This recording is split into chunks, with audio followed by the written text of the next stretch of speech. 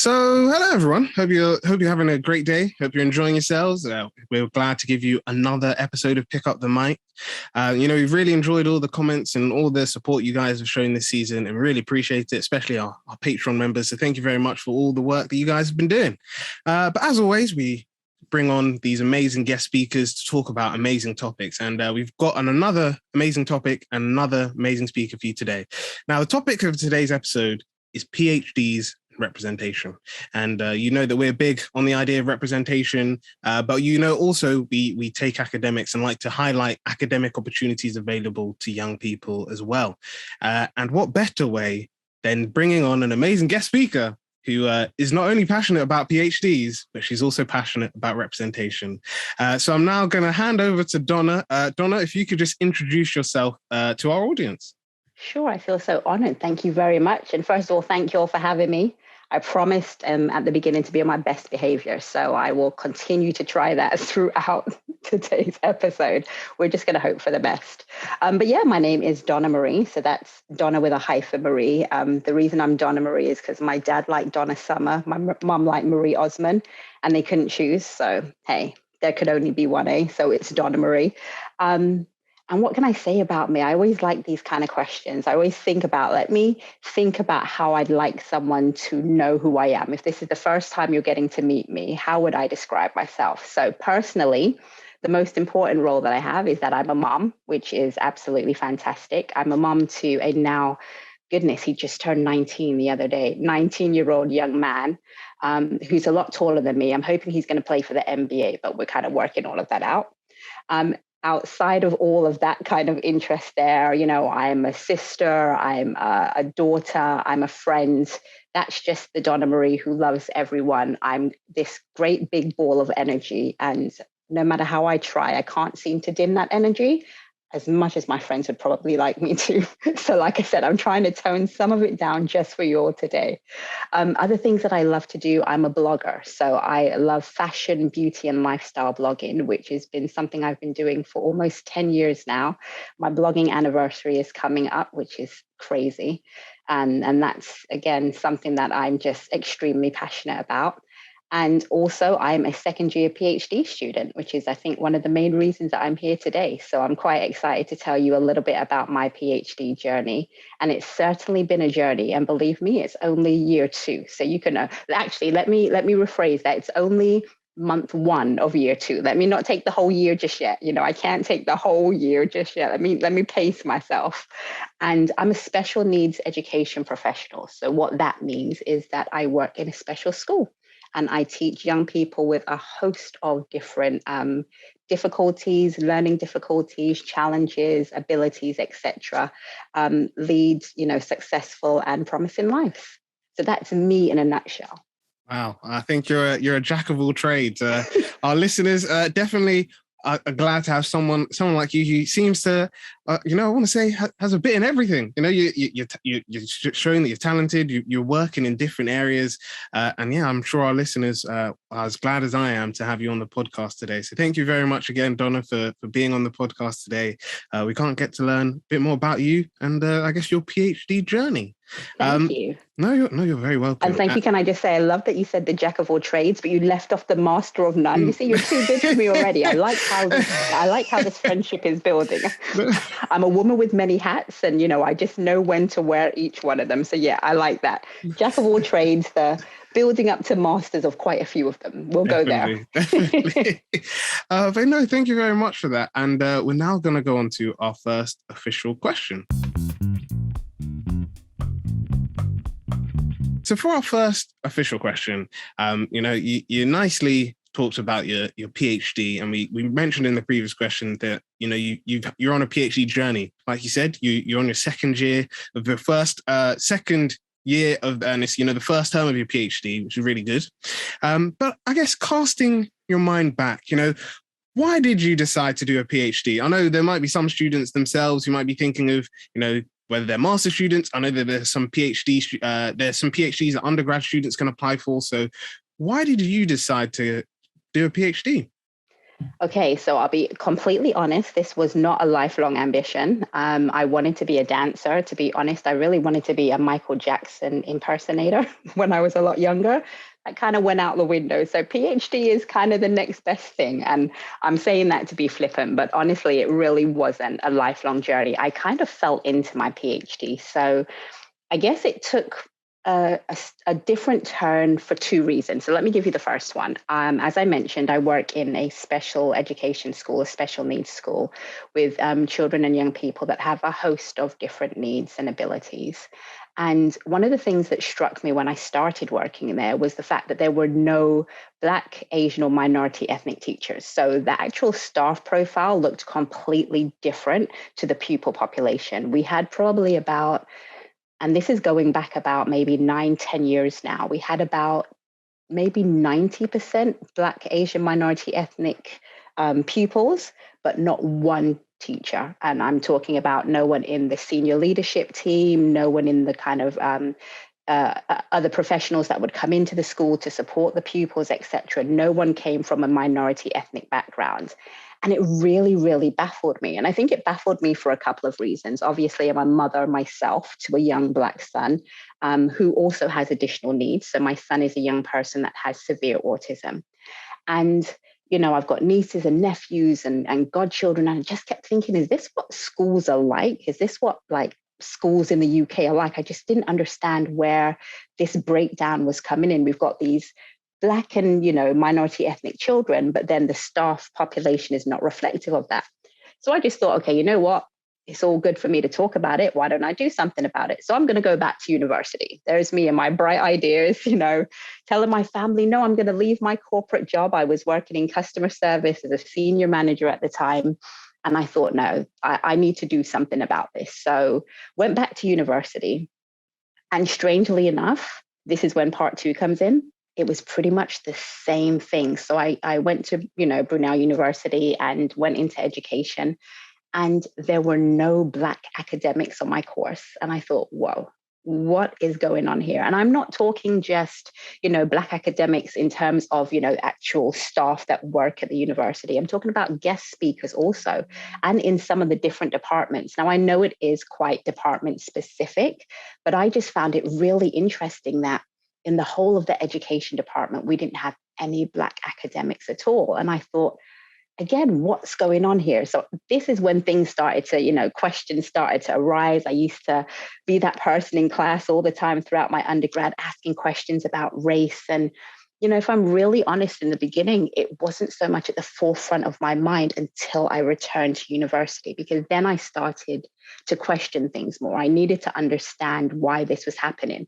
You know, I've seen it at my place of employment at work, and then here I come to study and it's the same thing again. So I'm thinking, where's the disconnect here? Where's the breakdown? And it was during this time that I learned things like, you know, the student attainment gap. And, you know, it was fascinating to me to understand that just because the color of your skin, that dictated the type of degree classification you were likely to get. You know, I couldn't understand that because you were Black or Asian minority ethnic, you were less likely to leave university with a first or up a second, you know, than your white peers. That just baffled me, because in my mind, I was like, you really mean to tell me that because because I'm Black, I'm not going to leave with a first? Okay, we'll see. And I did leave with the first, just so that they knew, because we weren't playing those games. But yeah, it was just crazy to me to understand how all of this was working. So it was like, okay, the goalpost then kept moving. So, you know, I left work and it was like, okay, you're going to become a teacher. So you can go ahead and change that narrative and become, you know, a Black teacher in a special school. And then you went to university and there were no Black academics. And it's like, okay, so how do I do that? Oh, well, you need to do your master's and then potentially do your PhD.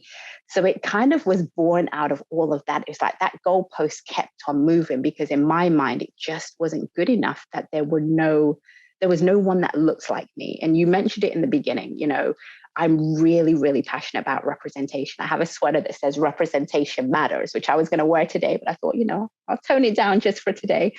But I just, again, couldn't get my head around why these challenges existed. And it was really important to me to not just kind of go to university to hear someone else tell me the answers, but for me to research it for myself and to kind of ask questions, to do my due diligence to find out, well, what are the barriers that are stopping, young Black people that look like me going further into higher education and moving themselves forwards, onwards, and upwards. So, like I said, it wasn't that lifelong ambition that I know many people had, but I wouldn't change it for the world, because ultimately now I've learned so much about myself, and it's about kind of paving the way. There are so many that have paved the way for me to get here. I now want to be able to pay that forward and pave the way for others, so that they don't have to go through some of the same struggles that we've been through or that others have been through to get to where they need to go. No, thank you. And I think that's really key, because linking to our new segment, Mic Check, where we input some interesting facts and statistics. We've previously mentioned this statistic before, and it was a really interesting bit of research and a study that the UCL's Institute of Education did, and we're lucky enough, so I guess a bit of a teaser for future episode, is we'll be able to get one of these researchers on the podcast for you, so you guys will be able to hear more about this paper. But in 2020, December 2020, UCL's Institute of Education released a study that found that within England, 46% of all schools have no Black, Asian, or minority ethnic teachers. And even in ethnically diverse schools, BAME teachers are essentially underrepresented in senior leadership teams. And, we'll include a link to it. So if people do want to, read the whole article or read the paper, they're more than welcome to.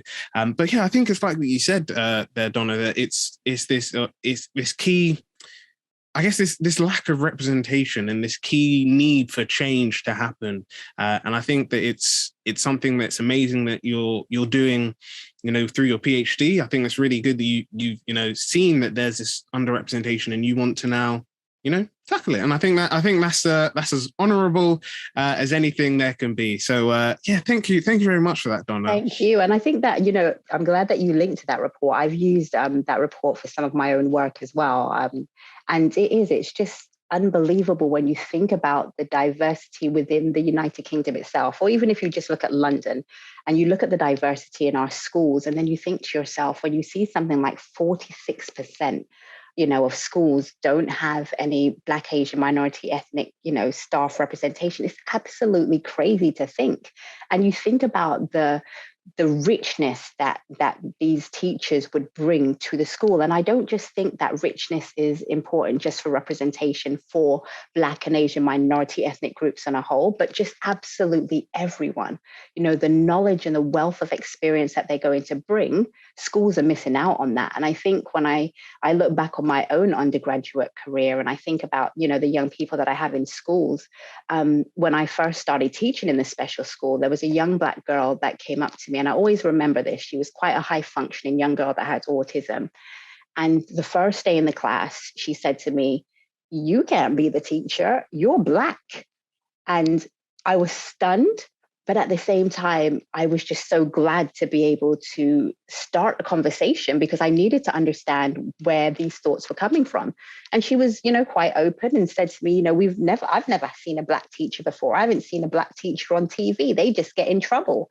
And it was just so interesting to see someone be able to explain why it was important for her to see someone that looked like her in certain positions.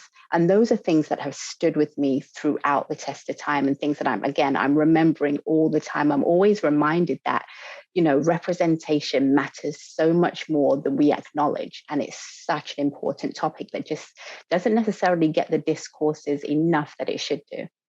No, that's so true. And even, we've said it as a team, whether it's, women's representation or representation for BAME and members of the BAME community. It's definitely something that doesn't get addressed enough. Definitely there's still more need for change, especially now more than ever. And I think, like you said, it's just about, especially, I think, we've said this before on the podcast, and we'll probably keep saying it, is that this need for, getting into children's mindsets that, that this isn't, I guess, this isn't wrong. Like you said, with the young person you were speaking to about them, they've never seen a Black teacher before. Now, it's not what she said was wrong. She was just stating a fact. She'd Exactly. never seen a Black teacher before. And I think it's showing that there's a diversity at a young age. And, even as a team, we previously spoke about, BAME with BAME representation, I guess not necessarily within the education system itself, but we've done it at higher education as well. And I think, like you were saying before, it's seeming that there's not a lot of members of staff that necessarily are a part of that community. Even the guest speaker we had for that episode, which was Reham, she was saying that on her course, as students, there was like a wide range of diverse students, which is great. But she was saying when it came to the academic side of it, so the lecturers and the support staff, she said there was definitely like a lack of that. Absolutely. And I think, like you said, it's just about allowing, I think, first off, people to go into these spaces, and then when they're in there, giving them open mind, I think people, it was just a conversation I was having with someone that we were saying that, hey, you can't, whether it's your university or a business or whatever, you can't necessarily make changes for everyone and not have like a group of people who sort of identify or fit into every group.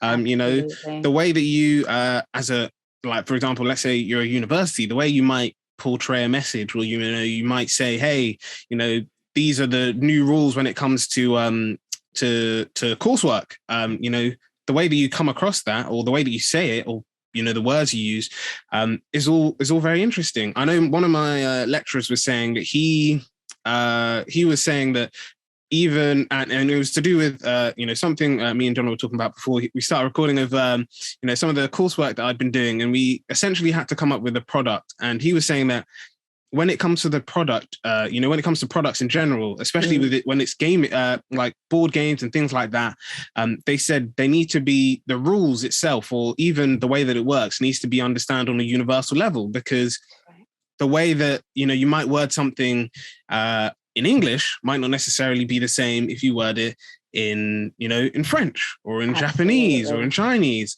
And it's just this like understanding that, hey, it's we need to have a diverse range of people there. So it's not just us, it's not just us saying something and then, lashing out at people saying, why didn't you do this? Or why didn't you do that?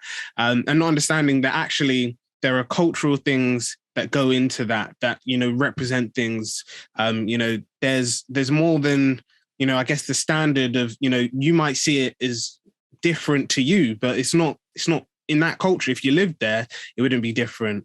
That's right. It's not a one size fits all. And 100%. I think we do that a lot. We're very kind of reactive to things rather than being proactive. And, it is about celebrating our similarities, but also acknowledging our differences and being able to understand that, yes, culturally, there are some things that are really that don't translate as simple as just kind of, here you go, you do this, and that's it. And we hope for the best. It's not that simple. And, even now when I think about that course and being, someone who potentially wanted to be a teacher, I think about some of my other peers, like my white peers or peers from other ethnic minority groups that were going into schools that had no idea about kind of some of the cultural sensitivity issues around maybe young girls wearing their natural hair, young Black girls wearing their natural hair to school, or their tone and the way they dress and their things that they say and so on. And it's just so important that we acknowledge those things with the premise to change it. Now, I know some people find it really difficult when you have discussions around representation, because the first thing they think is, oh well, we don't have affirmative action over here in the UK, or should we really be thinking about just getting Black people in here or numbers in, because then it becomes tokenistic. And that's a whole nother discussion to have, which we probably wouldn't have a lot of that time for today. But in some ways, yes, you do actually need to get people through the door first to start having discussions and opening those dialogues and then moving things forward. So yeah, I'm 100% with you in terms of kind of just understanding that, yes, we are definitely different by design. And that is, yes, something to be celebrated, but also something to be acknowledged and understood. No, thank you. And that kind of nicely leads on to my next question. Awesome. Well, I was going to ask you, now there probably are some Brunel listeners on the podcast, and they might already know about this. But you started the Black Doctoral Researchers Collective at the university, which is amazing. It's amazing for many reasons, and I guess this is sort of like a two-parter. So some of our listeners might not necessarily know about it. So the first question would just be if you could just explain a bit more about what the Black Doctoral Researchers Collective is. And then the second question is, what motivated you to create it? It wasn't something that was already at the university. It was an initiative that you started yourself. So I guess we want to know what it is and why what motivated you to create it. And I guess in sort of linking to that, how does it address, some of the previous points that we've mentioned? Awesome. All right. So, hey, if any of our Brunel listeners are listening, hello. And any BDRC members, what's good? Yes. So the BDRC for short, but it is the Black Doctoral Researchers Collective. I know that's a bit of a mouthful, so I might just say the BDRC moving forward. So, okay, what it is first, it is a student-led initiative, just as you said, something that I started really to look at ways to empower and engage the Black doctoral researchers that we have at the university. And that's kind of just the shortened version. There wasn't anything like it before. You're absolutely right. So there was, like I say, there's no blueprint. No one left me the manual. I didn't kind of pick this ball up and just said, okay, I'll just take it from here for the final 10 yards. It wasn't like that at all. And I'm really excited about it. But I guess before I even go into kind of some more of the excitement about it, let me tell you why I started it. So when I was doing my master's, so I did my master's at UCL. I did my undergrad at Brunel, did my master's at UCL, very different places. There's a very different sense of community at both places.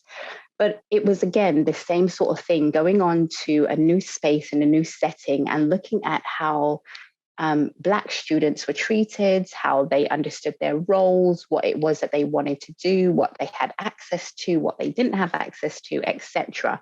And I purposely chose to do my dissertation, my master's dissertation on the experiences and challenges of Black postdoctoral researchers. But let's say BAME. I'm not a big fan of the term BAME because, again, which I'll explain in a little while, I feel like we're trying to lump everyone together, but we're all very different. And, it's important to acknowledge that. And throughout conducting that research, I learned so much, so much rich information came to me from these Black, Asian minority ethnic postgraduate students who were talking about just their experiences, of feeling isolated. These were some of the key themes that came out. They felt isolated by their peers and supervisors, mainly white peers and supervisors. They felt that anytime they wanted to discuss kind of racialized issues, they were being ignored and it wasn't important. They didn't have access to funding and scholarship opportunities and so much more. And also one of the big, kind of key themes that came out of that was also just the suffering in terms of mentally and emotionally, their lack of well-being, because they felt like they always had to work harder. And, that was kind of like, I think the topic or the heading for my dissertation, you have to work 10 times harder than your peers. And that's always, always stuck with me. And I thought to myself, okay, if I'm going on to do a PhD, how can I change that? What is that going to look like for me? So I looked at Brunel. Was there anything that we had at Brunel? There wasn't anything like that already. And bear in mind, I'm doing my PhD myself. So I had to really think about this. Plus, I'm a mom, I've got a job. How am I going to juggle all of this? But it goes back to some of what I've said very early on.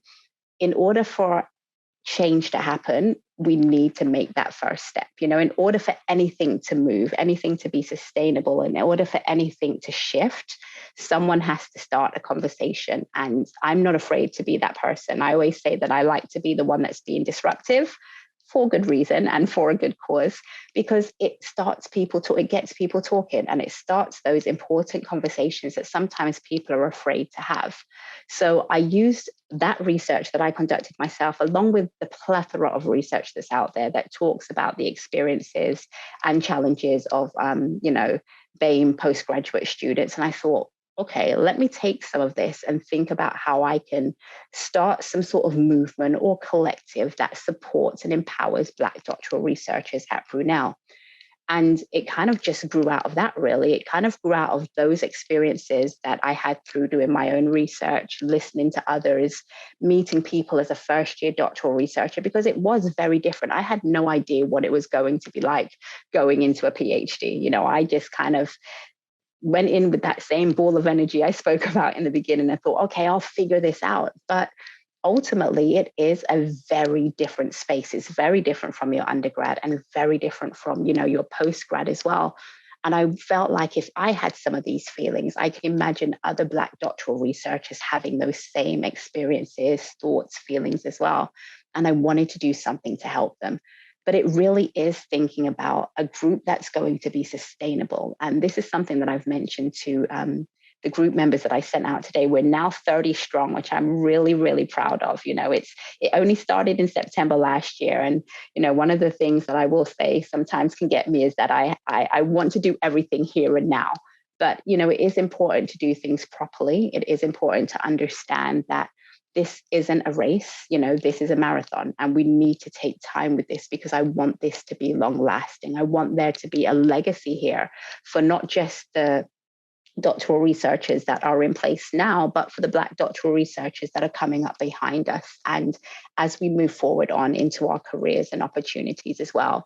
So it is kind of looking at the purpose of the group and some of the aims of the group are to look at some of the things that we spoke about earlier, to look at access to funding, you know, funding opportunities, scholarship opportunities, not just for new students as well, but for existing students. There are so many students that are on their second or third year that are self-funding, that are working every hour that, you know, God sends to try and make ends meet, trying to study, trying to provide for their family. And it's trying to find ways to support them. It's looking at how we can support, you know, emotionally, mentally, physically, you know, Black doctoral researchers. There's a lot of pressure. And that's cultural pressure, that's socioeconomic pressure. It's coming from so many different angles as a Black doctoral researcher where you just have to get it right. And it's being really kind of intentional about making sure that I've listened to what people have said. This is not just, you know, a collective that is for Donna-Marie, it's for everyone. It's for Black doctoral researchers at Brunel to try and make sure that they get the best out of their experience. So I like to think it's about that balance. It's the academic, but it's also the well-being. That to me is really, really important. You know, making sure they have access to mentors if they're available, to opportunities to teach, to get experience, that when they move on past their PhD, they've got that experience that is going to support them, that maybe they can become mentors to undergrads or postgrads as well. So there's so much that I'm hoping to do with the BDRC. And as I said, it's going to take time. You know, I'm ticking things off the tick list and then I'm adding 10 more things, but I'm really, really excited about it. You know, we've got 30, as I said, 30 fantastic members who bear with me while I try and make sense of it all and put things together. But it's just for all of us, I hope, an opportunity to showcase that, yes, as Black doctoral researchers, our experiences are different from white PhD students, from Asian PhD students, from Chinese PhD students, whoever you are. We have similarities, but we do fundamentally have differences. And as I've mentioned again, it's so important to acknowledge that. Without acknowledging those experiences, how can we create change? I know a lot of people were responding to, obviously, the brutal murder of George Floyd and Breonna Taylor and the countless others across the pond, but we have that in our own backyard as well. We're living with institutionalized racism that has deeply entrenched the academy and education in the United Kingdom for decades, so centuries even. So, you know, we're dealing with a lot, but it's about really kind of thinking, we're not now going to just keep reacting to things. We're going to be proactive. We're going to actually make a blueprint that is going to make things change for the times ahead and for the people behind us. Sorry, I feel like I gave you a talked your ear off on that one, so I apologize, but I'm excited about it. No. I think that's amazing. Because I think all our like listeners and watchers can agree that, like you said, it's about being proactive, doing these things, you know, saying, you know, we want to make a change and we're not going to wait for for others to make that change, we're going to do that change ourselves. And Absolutely. I think that, you know, initiatives like, you know, like the one you've set up is clearly an example of, you know, individuals being proactive. So it's great to see that you've got, you know, 30 members and, you know, 30 members plus. It's still growing. 30 strong. We're moving up. We've got new people coming in all the time. As soon as they come in, I'm like, hey, can I have a discussion? And that's perfect. They can't get too far. 100. No, but I think you're right. I think, you know, having these groups, having these individuals, and having these spaces is really key. And I think one of the things that you highlighted before we go on to the next question, which I think is really key, is that each group does have a different experience, like you said.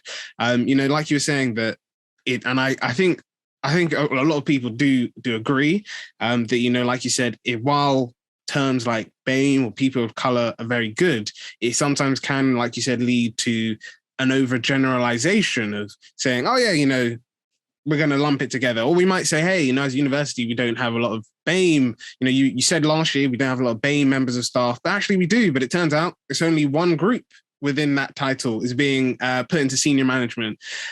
So yeah, I think that it's very key that you said that. And it's, I think that's something that, you know, moving forward, it has to be looked at, that, you know, whether, like you said, whether you're Black or you're Asian, or any other ethnic group, that each group has their own experience, like different experience. Even, you know, within, you know, Black students, you can group it by whether they're, you know, African-American, whether they're African, whether they're from the West Indies. Like there's all this, you know, these different things that it just becomes, I guess it becomes a bit, lazy is maybe too strong of a word, but it becomes a thing of you just like, hey, you know, we're just going to do one thing, think it's like a one solution for everyone. Exactly. When actually it's just like, hey, you know, this group actually needs more of this. This group needs, so like you said, it might be a case of, hey, you know, Black students feel like they would prefer to have more mentorship opportunities available to them. You could say that, you know, Asian students feel like they actually would love to have more personalized teaching. So whether that's, you know, knowing their lecturers' office hours so they can come in and have a one-to-one session because they actually prefer to speak to their lecturer one-to-one than asking them questions on like in the lecture. And that was another thing that you know, luckily that I've heard from my lecturers, that they were saying that when it comes to how students talk in lectures, they were saying that as well, that some people, like some ethnic groups, socially, I guess, wouldn't feel comfortable in a large audience asking, you know, someone older than them, you know, these questions in a group of people. They actually prefer to say, hey, so-and-so, I just want to meet with you on a one-to-one, even if it's just for like 10 minutes. I just want to run through this with you. So I think that's a key thing to take forward. Absolutely. And it's just so important, as you said, we talk about some of those nuances that we don't necessarily always have a chance to unpick. You know, for someone, as you said, someone who is not used to maybe working in a group setting is all of a sudden thrust into this group environment. And, you know, we just expect them to figure it out. And it's not as easy as that. And that's why I'm really kind of, again, kind of connected with the student voice. I was a student rep during my undergrad years. And, you know, there's such power in the student voice. We often are afraid to use that voice because, again, and I find that sometimes that's especially if you are Black or from a minority ethnic group, because there's so many kind of stereotypes around kind of voice and power and how you use it and, you know, aggression and so on, which again is a whole other discussion. But it's just so important to be able to harness that voice and use it for the greater good and use it for things that are actually going to benefit students. You know, you pay so much money to be at university, regardless of what stage you're at. And you should be able to freely and openly be able to come to your university with concerns, with suggestions, with comments, etc. And I think it is about kind of building this whole idea of partnership working and not being afraid to say, well, actually, as a student, I need this. So just as you said, I need this. And, I would appreciate if you could accommodate this. These are my solutions, or these are the ways that I would suggest we go about it. What do you think? Again, that open communication, two-way dialogue, just so important. So important. No, that is true. And I think one other thing, when you mentioned about student voice, that I think is really key, before we go on to the next question, is I think other universities do it. They do the national one of like comes every I think March that they do. Yeah, but I know NSS survey. Yeah, and those are very important. But I know specifically with like Brunel have each academic term for students, they have the U Voice surveys that you can do. And I think it's really key to highlight that, like you're saying, I was also a student rep for my course as well. And I know sometimes students kind of forget or think that, hey, this U Voice survey, it's not important. Like, it's not going to bring about change or anything like that. But actually, no, at these meetings when they discuss like, oh, this lecturer got like this amount of students said that they were satisfied with the class. A few said actually they didn't like the lecture style or the amount of information in lectures. Like, it actually does get discussed and get changed.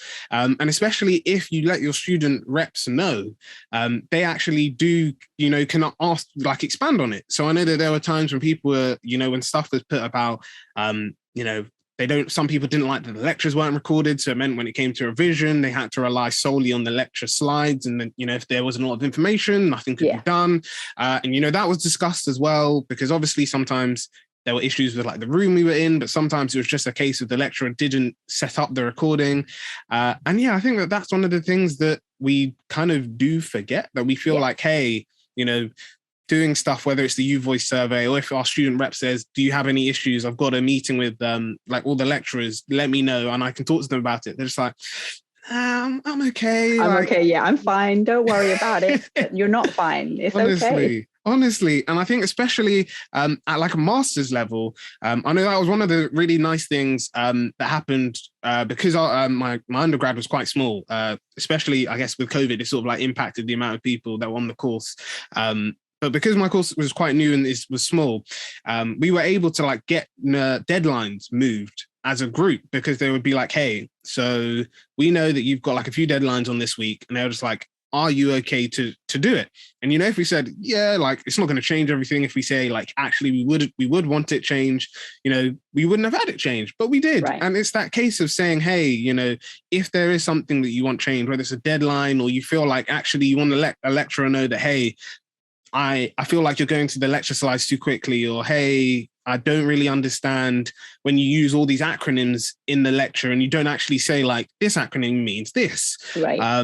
I think that's one of the key things that I guess students should do. And that's one of the things that, even lecturers say themselves that, they can't change anything if they don't know it's an issue. Right.